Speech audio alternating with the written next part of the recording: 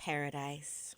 They dropped in at Crake's office so Jimmy could get a little oriented, said Crake.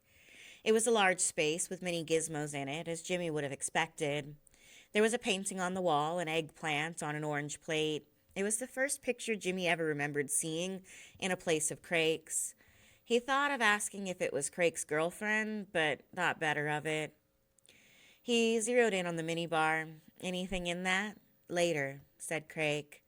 Crake still had a collection of fridge magnets, but they were different ones. No more science quips. Where God is, man is not. There are two moons, the one you can see and the one you can't. Du musst dein Leben andern. We understand more than we know, I think. Therefore, to stay human is to break a limitation. Dream steals from its lair towards its prey. What are you really up to here, said Jimmy. Crake grinned. What is really? Bogus, said Jimmy, but he was thrown off balance. Now, said Crake, it was time to get serious. He was going to go show Jimmy the other thing they were doing, the main thing here at Paradise. What Jimmy was about to see was, well, it couldn't be described. It was, quite simply, Crake's life's work.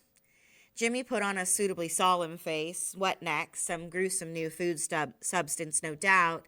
A liver tree, a sausage vine, or some sort of zucchini that grew wool. He braced himself. Crake led Jimmy along and around, and then they were standing in front of a large picture window. No, a one-way mirror. Jimmy looked in, and there was a large central space filled with trees and plants, above them a blue sky. Not really a blue sky, only the curved ceiling of the bubble dome with a clever projection device that simulated dawn, sunlight, evening, night. There was a fake moon that went through its phases, he discovered later. There was fake rain. This was his first view of the Crakers. They were naked, but not like the nudie news. There was no self-consciousness, none at all. At first he couldn't believe them. They were so beautiful. Black, yellow, white, brown, all available skin colors. Each individual was exquisite. Are they robots or what? He said. You know how they've got floor models in furniture stores, said Crake. Yeah, these are the floor models.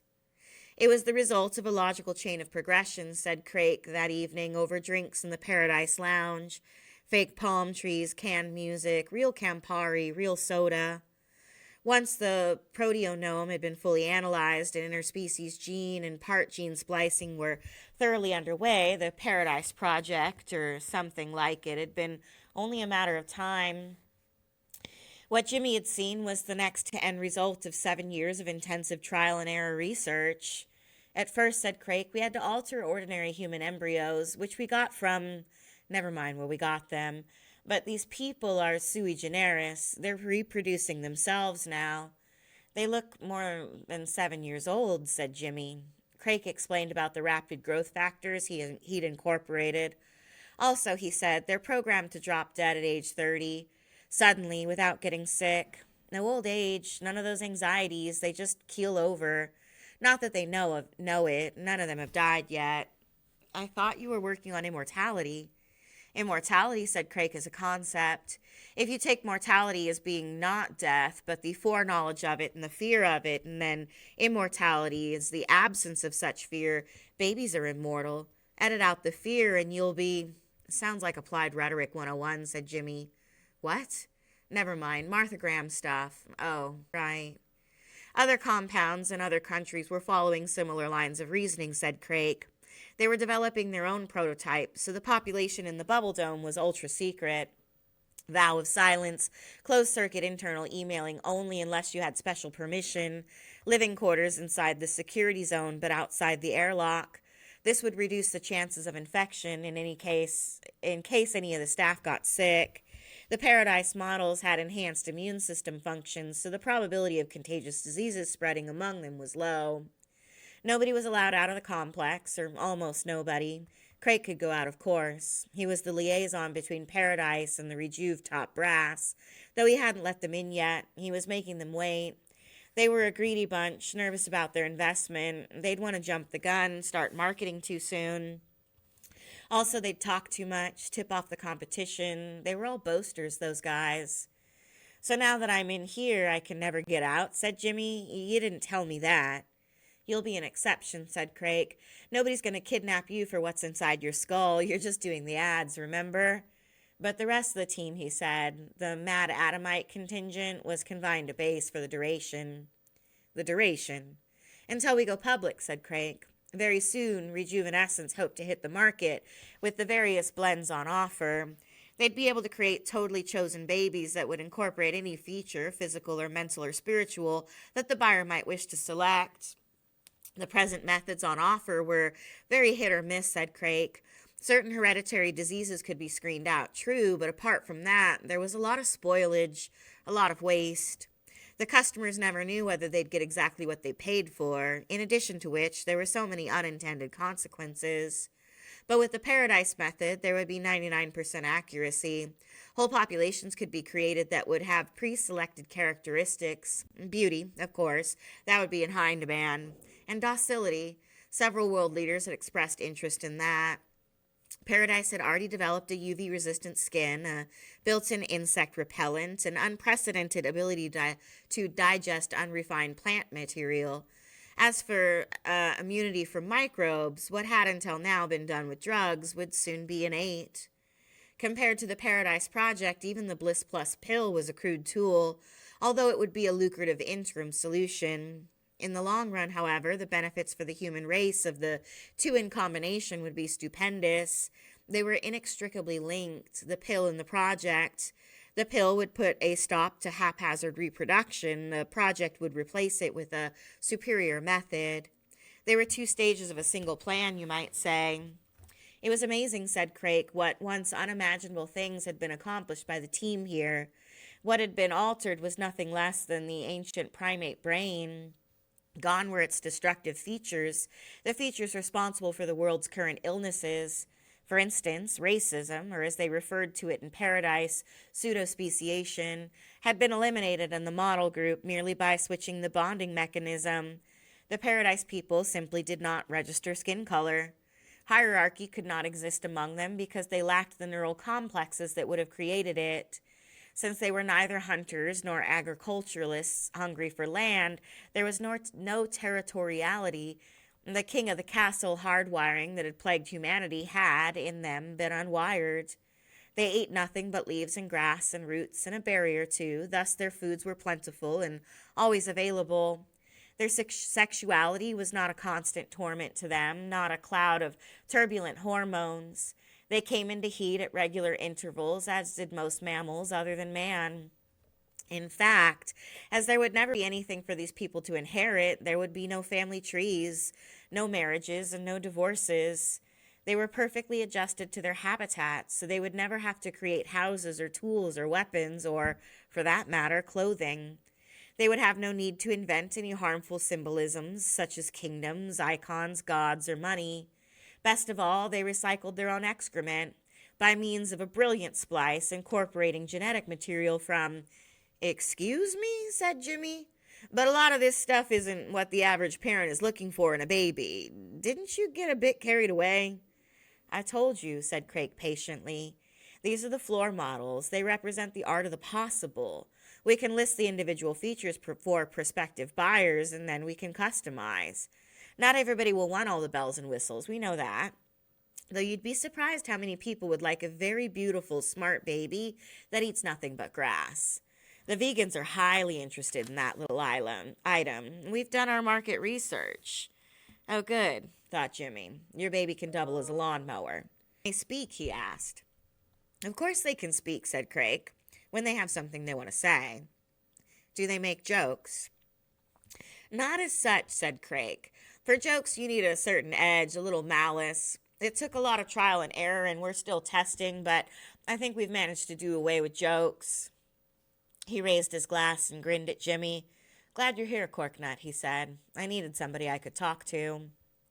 Jimmy was given his own suite inside the Paradice Dome. His belongings were there before him, each one tidied away just where it ought to be. Underwear in the underwear drawer, shirts neatly stacked, electric toothbrush plugged in and recharged, except that there were more of these belongings than he remembered possessing.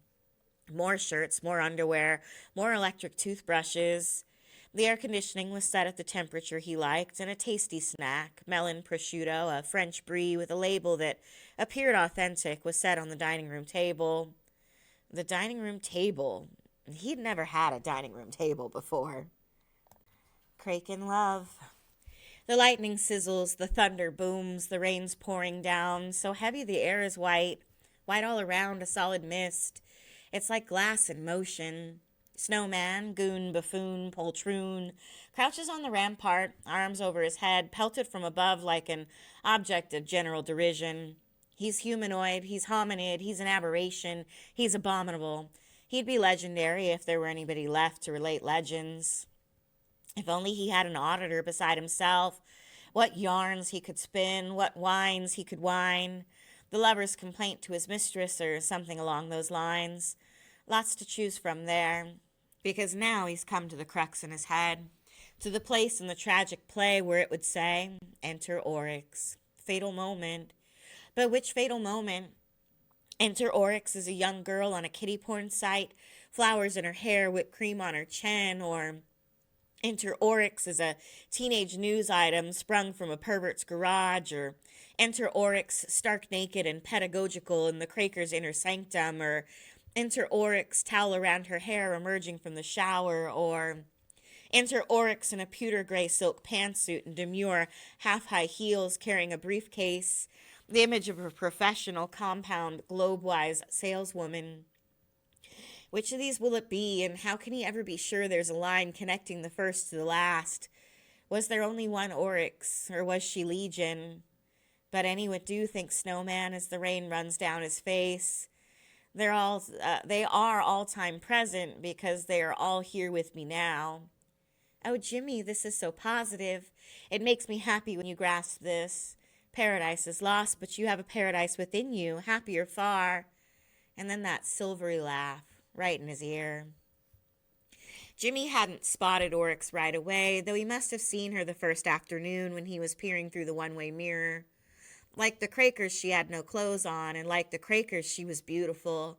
So from a distance, she didn't stand out. She wore her long dark hair without ornament. Her back was turned, and she was surrounded by a group of other people, just part of a scene. A few days later, when Crake was showing him how to work the monitor screens that picked up images from the hidden minicams among the trees, Jimmy saw her face. She turned into the camera, and there it was again, that look, that stare, the stare that went right into him and saw him as he truly was. The only thing that was different about her was the eyes, which were the same luminescent green as the eyes of the Crakers. Gazing into those eyes, Jimmy had a moment of pure bliss, pure terror, because now she was no longer a picture, no longer merely an image residing in secrecy and darkness in the flat printout currently stashed between his mattress and the third cross slat of his new Rejuve suite bed. Suddenly she was real, three-dimensional. He'd felt he'd dreamed her. How could a person be caught that way in an instant by a glance, the lift of an eyebrow, the curving of an arm? But he was. "Who's that?" he asked Crake. She was carrying a young rakunk, holding out the small animal to those around. The others were touching it gently. "She's not one of them. What's she doing in there?" "She's their teacher," said Crake. "We needed a go-between, someone who could communicate on their level, simple concepts, no metaphysics."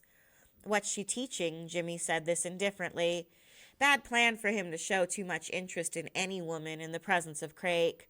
Oblique mockery would follow. "Botany and zoology," said Crake with a grin. "In other words, what not to eat, and what could bite, and what not to hurt," he added. "For that, she has to be naked. They've never seen clothes. Clothes would only confuse them." "The lessons Oryx taught were short. One thing at a time was best," said Crake. "The Paradise models weren't stupid, but they were starting more or less from scratch, so they liked repetition." Another staff member, some specialist in the field, would go over the day's item with Oryx, the leaf, insect, mammal, or reptile she was about to explain, and then she'd spray herself with a citrus-derived chemical compound to disguise her human pheromones. Unless she did that, there could be trouble, as the men would smell her and think it was time to mate. When she was ready, she'd slip through a reconforming doorway concealed behind dense foliage. That way she could appear and disappear in the homeland of the Crakers without raising awkward questions in their minds.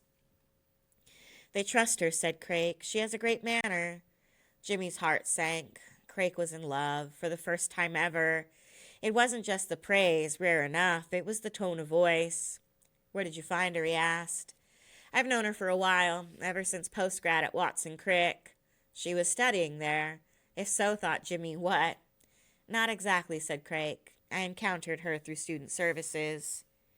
You were the student, she was the service, said Jimmy, trying to keep it light. Exactly. I told them what I was looking for. You could be very specific there. Take them a picture or a video simulation, stuff like that, and they'd do their best to match you up. What I wanted was something that looked like... Do you remember that web show? What web show? I gave you a printout from Hot Tots, you know. Rings no bells, said Jimmy. That show we used to watch, remember? I guess, said Jimmy, sort of. I used the girl for my Extinctathon gateway, that one. Oh, right, said Jimmy, each to his own. You wanted the sex kitty look? Not that she was underage, the one they came up with. Of course not. And then I made private arrangements. You weren't supposed to, but we all bent the rules a little. Rules are there to be bent, said Jimmy. He was feeling worse and worse. Then, when I came here to head this place, I was able to offer her a more official position. She was delighted to accept. It was triple the pay she'd been getting, with a lot of perks, but also she said the work intrigued her. I have to say, she's a devoted employee. Crate gave a smug little smile, an alpha smile, and Jimmy wanted to smash him. Great, he said. Knives were going through him. No sooner found than lost again. Crake was his best friend, revision, his only friend. He wouldn't be able to lay a finger on her. How could he? They waited for Oryx to come out of the shower room, where she was removing her protective spray, and Crake added her luminous green gel contact lenses. The Crakers would have found her brown eyes off-putting.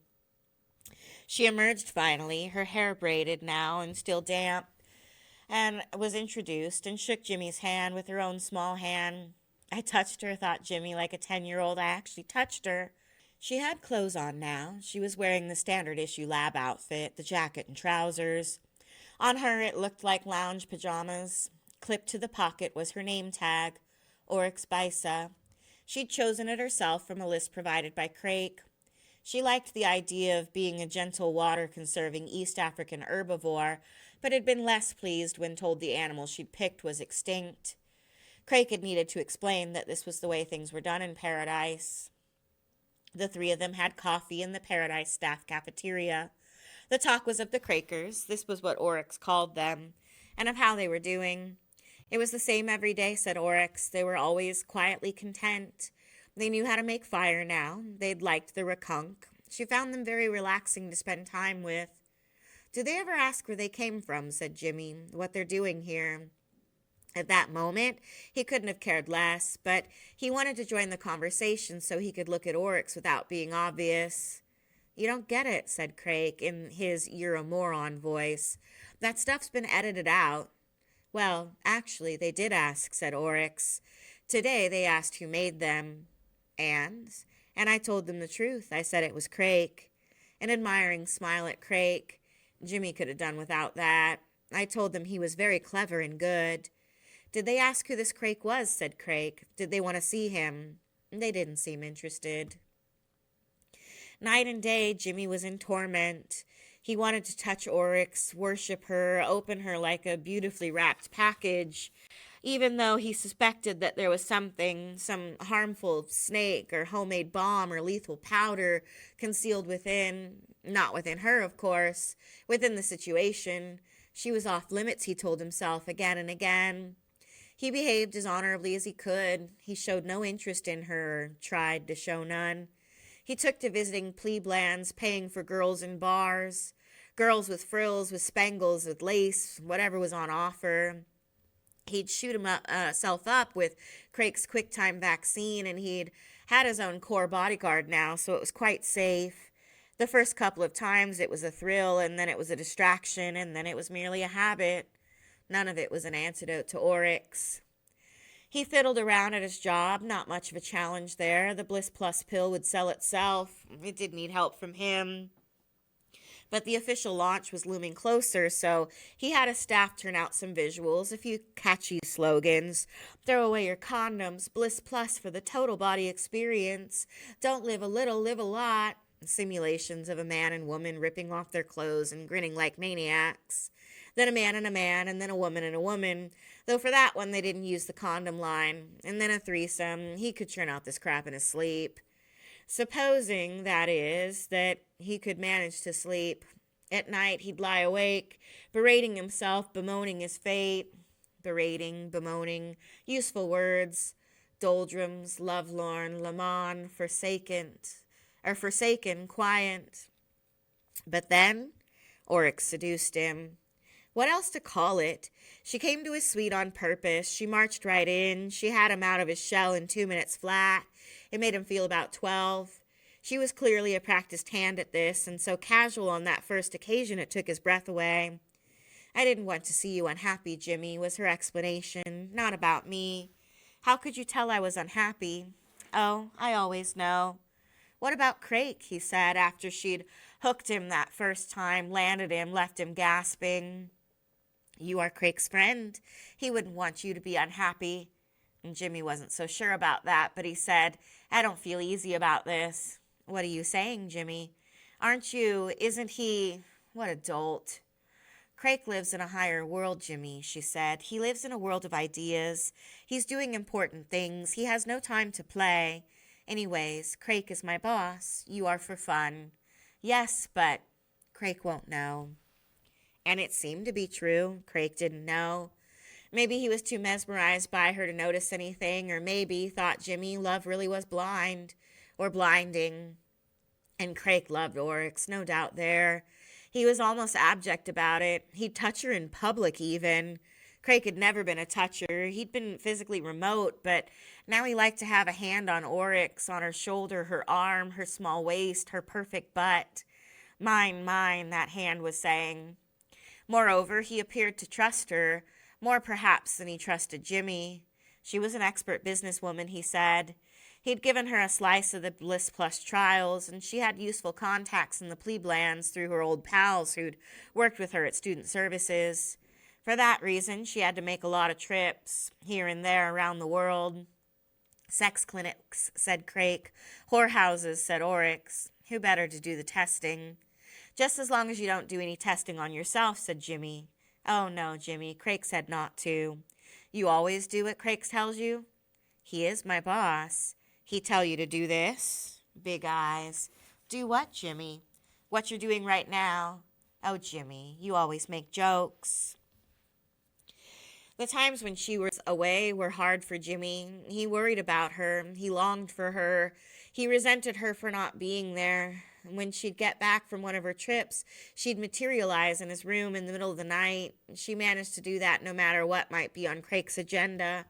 First, she'd brief Crake, provide him with an account of her activities and their success, how many Bliss Plus pills and where she'd placed them, any results so far, an exact account because he was so obsessive. And then she'd take care of what she called the personal area. Crake's sexual needs were direct and simple, according to Oryx, not intriguing like sex with Jimmy, not fun, just work. Although she respected Crake, she really did, because he was a brilliant genius. But if Crake wanted her to stay longer on any given night, do it again maybe, she'd make some excuse. Jet lag, a headache, something plausible. Her inventions were seamless. She was the best poker-faced liar in the world, so there would be a kiss goodbye for stupid Crake, a smile, a wave, a closed door, and the next minute there she would be, with Jimmy. How potent that word was, with. He could never get used to her. She was fresh every time. She was a casket full of secrets. Any moment now she would open herself up, reveal to him the essential thing, the hidden thing at the core of life or of her life or of his life, the thing he was longing to know, the thing he'd always wanted. What would it be? What went on in that garage anyway, said Jimmy. He couldn't leave her alone about her earlier life. He was driven to find out. No detail was too small for him in those days, no painful splinter of her past too tiny. Perhaps he was digging for her anger, but he never found it. Either it was buried too deeply or it wasn't there at all, but He couldn't believe that. She wasn't a masochist. She was no saint. They were in Jimmy's bedroom, lying on the bed together with the digital TV on, hooked into his computer, some copulation website with an animal component, a couple of well-trained German shepherds, and a double-jointed, ultra-shaved albino tattooed all over with lizards. The sound was off. It was just the pictures, erotic wallpaper. They were eating nubbins from one of the takeout joints in the nearest mall with the soya fries and the salad. Some of the salad leaves were spinach from the rejuve greenhouses, no pesticides or none that were admitted to. The other leaves were a cabbage splice, giant cabbage trees, continuous producers, very productive. The stuff had a whiff of sewage to it, but the special dressing drowned that out. What garage, Jimmy? Said Oryx. She wasn't paying attention. She liked to eat with her fingers. She hated cutlery. Why put a big chunk of sharp-edged metal in your mouth? She said it made the food taste like tin. You know what garage, she said. The one in San Francisco. That creep. That geek who brought you, flew you over, got his wife to say you were the maid. Jimmy, why do you dream up such things? I was never in a garage. She licked her fingers and tore a nubbin into bite-sized bits, fed one of the bits to Jimmy. Then she let him lick her fingers for her. He ran his tongue around the small ovals of her nails. This was the closest she could get to him without becoming food. She was in him, or a part of her was in him. Sex was the other way around. While that was going on, he was in her. I'll make you mine, lovers said in old books. They never said, I'll make you me. I know it was you, said Jimmy. I saw the pictures. What pictures? The so-called maid scandal in San Francisco. Did that creepy old geezer make you have sex? Oh, Jimmy. A sigh. So that's what you have in mind. I saw that on TV. Why do you worry about a man like that? He was so old he was almost dead. No, but did he? No one made me have sex in a garage, I told you. Okay, revision. No one made you, but did you have it anyway? You don't understand me, Jimmy. But I want to. Do you? A pause. These were such good soya fries. Just imagine, Jimmy, millions of people in the world never ate fries like this. We're so lucky. Tell me. It must have been her. I won't get mad. A sigh. He was a kind man, said Oryx, in a storytelling voice. Sometimes he suspected her of improvising just to humor him. Sometimes he felt that her entire past, everything she told him, was his own invention. He was rescuing young girls. He paid for my plane ticket, just like it said. If it wasn't for him, I wouldn't be here. You should like him. Why should I like such a hypocritical, sanctimonious bastard? You didn't answer my question. Yes, I did, Jimmy. Now leave it alone. How long did he keep you locked in the garage? It was more like an apartment, said Oryx. They didn't have room in their house. I wasn't the only girl they took in. They? Him and his wife. They were trying to be helpful. And she hated sex. Is that it? Is that why she put up with you?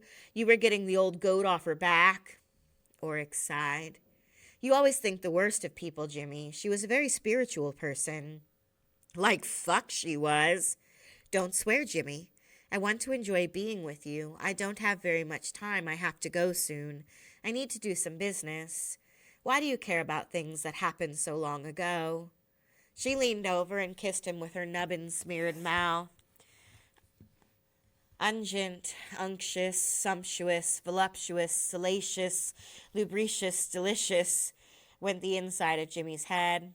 He sank down into the words, into the feelings, and after a while he said, Where are you going? Oh, someplace. I'll call you when I get there. She never would tell him. Takeout. Now comes the part that Snowman has replayed in his head, time after time. If only haunts him. But if only what? What could he have said or done differently? What change could have altered the course of events? In the big picture, nothing. In the small picture, so much. Don't go. Stay here. At least that way they would have been together. She might even have survived. Why not? In which case she'd be right here with him right now. I just want some takeout. I'm just going to the mall. I need some air. I need a walk. Let me come with you. It's not safe. Don't be silly. There's guards everywhere. They all know who I am. Who's safer than me? I have a gut feeling. But Jimmy had had no gut feeling. He'd been happy that evening, happy and lazy. She'd arrived at his door an hour earlier. She'd just come from being with the Crakers, teaching them a few more leaves and grasses, so she was damp from the shower. She was wearing some sort of kimono covered in red and orange butterflies. Her dark hair was braided with pink ribbon, coiled up and pinned loosely. The first thing he'd done when she'd arrived at his door, hurrying, breathless, brimming with joyous excitement or very good imitation of it, was to unpin her hair. The braid went 3 times around his hand. "Where's Crake?" he whispered. She smelled of lemons, of crushed herbs. "Don't worry, Jimmy." "But where?" "He's outside Paradise. He went out. He had a meeting. He doesn't want to see me when he comes back. He said he would be thinking tonight. He never wants sex when he's thinking." "Do you love me?" That laugh of hers, what had it meant? Stupid question, why ask? You talk too much, or else, what is love? Or possibly, in your dreams. And then time passed. And then she was pinning her hair up again, and then slipping on her kimono, and then tying it with the sash. He stood behind her, watching in the mirror. He wanted to put his arms around her, take off the covering she'd just put back on, start all over again. "Don't go yet," he said. But it was never any use saying "don't go yet" to her. When she'd decided a thing, she was on her way. Sometimes he felt he was merely a house call on a secret itinerary of hers, and that she'd had a whole list of others to be dealt with before the night was over. Unworthy thoughts, but not out of the question. He never knew what she was doing when she wasn't with him. "I'm coming back right away," she said, slipping her feet into her little pink and red sandals. "I'll bring pizza. You want any extras, Jimmy?" "Why don't we dump all this crap? Go away somewhere," he said on impulse. "Away from here? From Paradise? Why?" "We could be together." "Jimmy, you're funny. We're together now." "We could get away from Crake," said Jimmy. "We wouldn't have to sneak around like this. We could—" "But Jimmy," wide eyes, "Crake needs us." "I think he knows," said Jimmy, "about us." He didn't believe this, or he believed it and not, both at the same time. Surely they'd been more and more reckless lately. How could Crake have missed it? Was it possible for a man that intelligent in so many ways to be acutely brain damaged in others? Or did Crake have a deviousness that outdid Jimmy's own? If so, there were no signs. Jimmy had taken to sweeping his room for bugs, the hidden mini mics, the micro cams.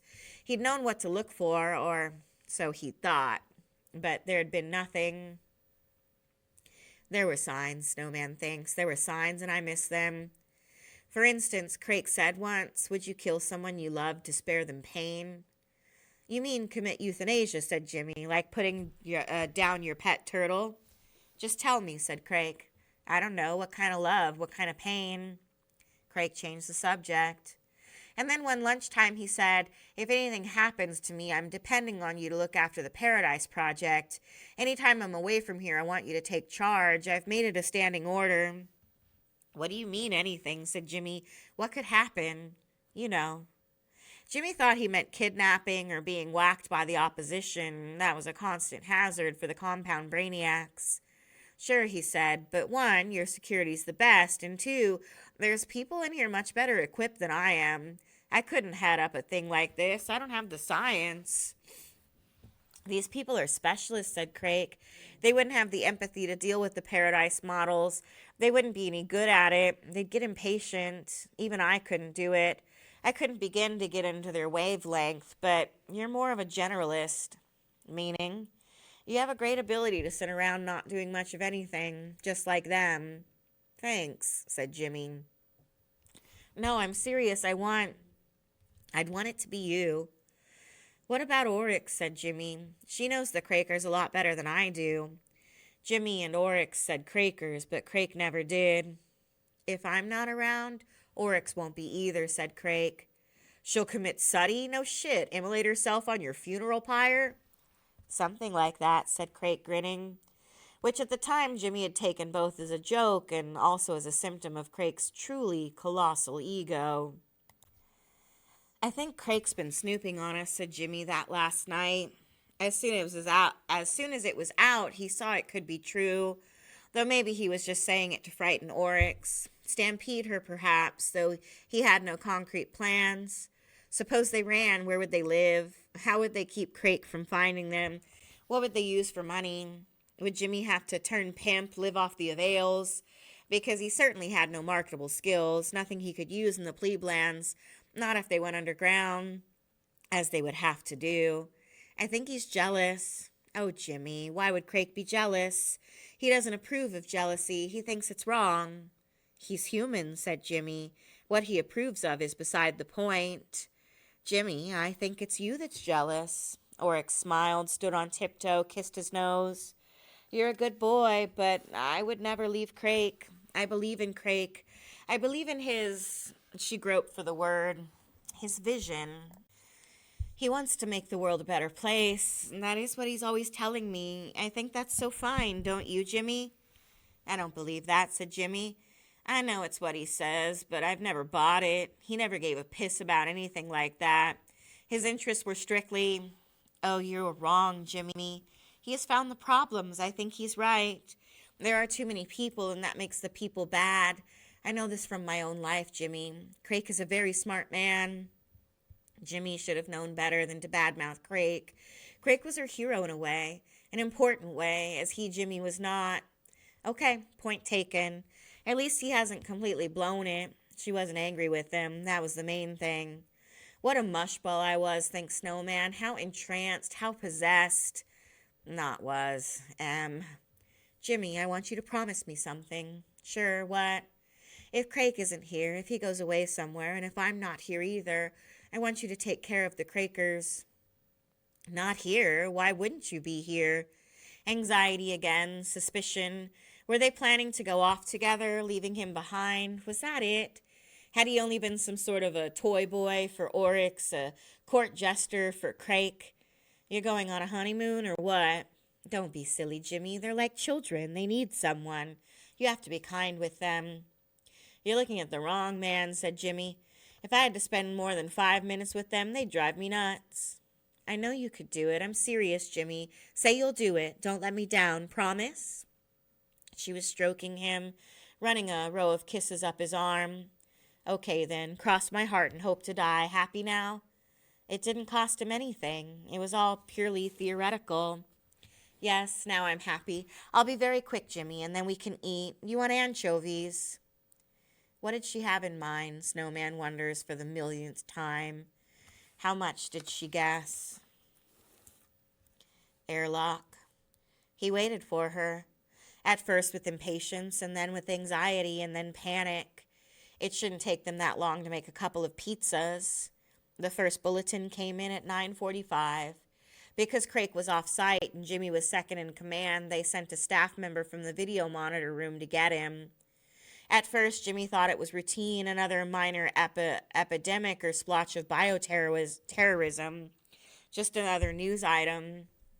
The boys and girls with the hot biosuits and the flamethrowers and the isolation tents and the crates of bleach and the lime pits would take care of it as usual.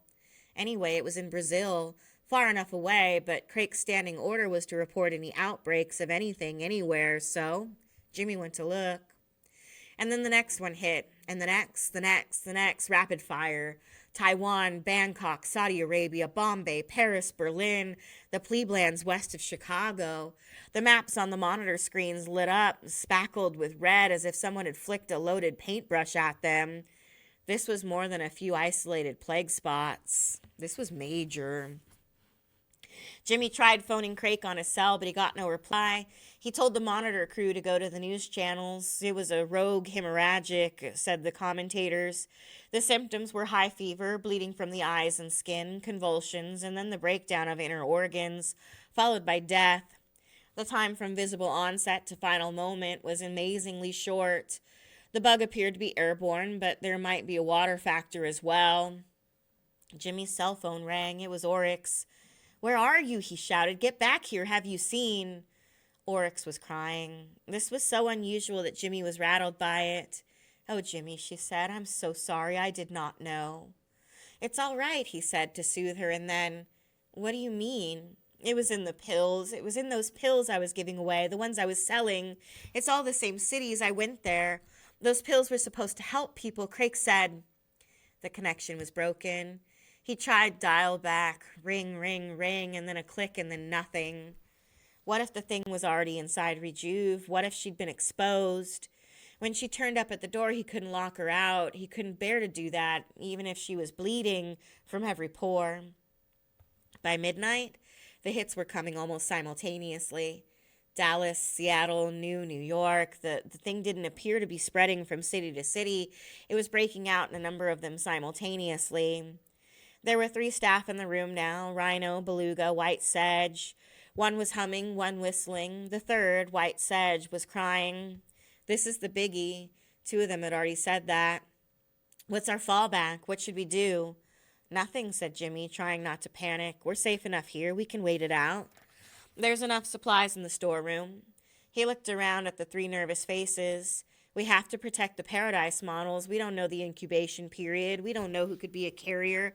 We can't let anybody in. This reassured them a little. He went out of the monitor room, reset the codes of the inmost door and also those on the door leading into the airlock. While he was doing this, his video cell beeped. It was Crake. His face on the tiny screen looked much as usual. He appeared to be in a bar. Where are you? Jimmy yelled. Don't you know what's going on? Not to worry, said Crake. Everything's under control. He sounded drunk, a rare thing for him. What fucking everything? It's a worldwide plague. It's the Red Death. And what's this about being in the Bliss Plus pills? Who told you that? Said Crake. A little bird.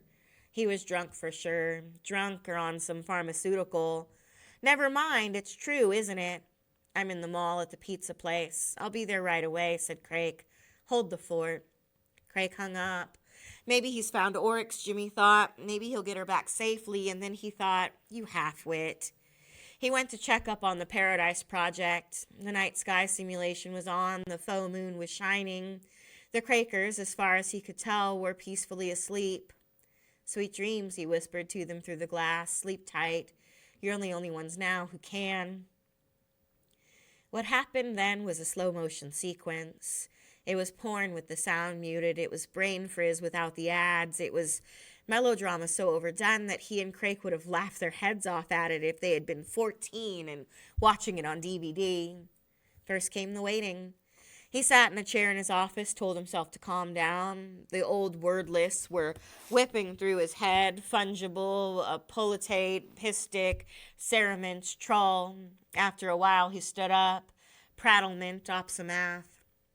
He turned on his computer and went through the news sites. There was a lot of dismay out there and not nearly enough ambulances. The Keep Calm Politico speeches were already underway. The stay in your house megaphone vehicles were prowling the streets. Prayer had broken out. Concatenation, subfuse, grutch. He went to the emergency storeroom, picked up a spray gun, strapped it on, put a loose tropical jacket over it.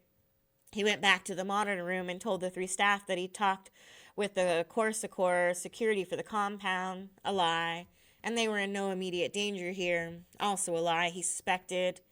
He added that he'd heard from Crake, whose orders were that they should all go back to their rooms and get some sleep because they'd need their energy in the days to come. They seemed relieved and happy to comply. Jimmy accompanied them to the airlock and coded them into the corridor that led to their sleeping quarters. He watched their backs as they walked in front of him, and he saw them as already dead. He was sorry about that, but he couldn't take chances. They were 3 to his 1. If they became hysterical, if they tried to break out of the complex or let their friends into it, he wouldn't be able to control them. Once they were out of sight, he locked them out and himself in. Nobody in the inner bubble now but himself and the Crakers. He watched the news some more, drinking scotch to fortify himself, but spacing his intake. Windlestraw, laryngeal, banshee, woad. He was waiting for Oryx, but without hope. Something must have happened to her, otherwise she'd be here. Towards dawn, the door monitor beeped. Somebody was punching in the numbers for the airlock. It wouldn't work, of course, because Jimmy had changed the code. The video intercom jangled. What are you doing? Said Crake. He looked and sounded annoyed. Open up. I'm following Plan B, said Jimmy. In the event of a bioattack, don't let anybody in. Your orders. I've sealed the airlock. Anybody didn't mean me, said Crake. Don't be a cork nut. How do I know you're not a carrier, said Jimmy. I'm not. How do I know that? Let's just suppose, said Crake wearily, that I anticipated this event and took precautions. Anyway, you're immune to this. Why would I be? Said Jimmy. His brain was slow on logic tonight. There was something wrong with what Crake had just said, but he couldn't pinpoint it. The antibody serum was in the plebe vaccine. Remember all those times you shot up with that stuff every time you went to the plebes to wallow in the mud and drown your lovesick sorrows? How did you know? Said Jimmy. How did you know what I wanted? His heart was racing. He wasn't being precise. Don't be a moron. Let me in. Jimmy coated open the door into the airlock, and now Crake was at the inmost door. Jimmy turned on the airlock video monitor. Crake's head floated life-size right in front of his eyes. He looked wrecked, and there was something, blood on his shirt collar. Where were you? Said Jimmy. Have you been in a fight? You have no idea, said Crake. Now let me in. Where's Oryx? She's right here with me. She's had a hard time. What happened to her? What's going on out there? Let me talk to her. She can't talk right now. I can't lift her up. I've had a few injuries. Now quit fucking the dog and let us in. Jimmy took out his spray gun. Then he punched in the code. He stood back and to the side. All the hairs on his arms were standing up. We understand more than we know. The door swung open. Crake's beige tropicals were splattered with red brown. In his right hand was an ordinary storeroom jackknife, the kind with the two blades and the nail file and the corkscrew and the little scissors. He had his other arm around Oryx, who seemed to be asleep. Her face was against Crake's chest. Her long pink ribbon braid hung down her back. As Jimmy watched, frozen with disbelief, Crake let Oryx fall backwards over his left arm. He looked at Jimmy, a direct look, unsmiling. I'm counting on you, he said. And then he slit her throat. Jimmy shot him.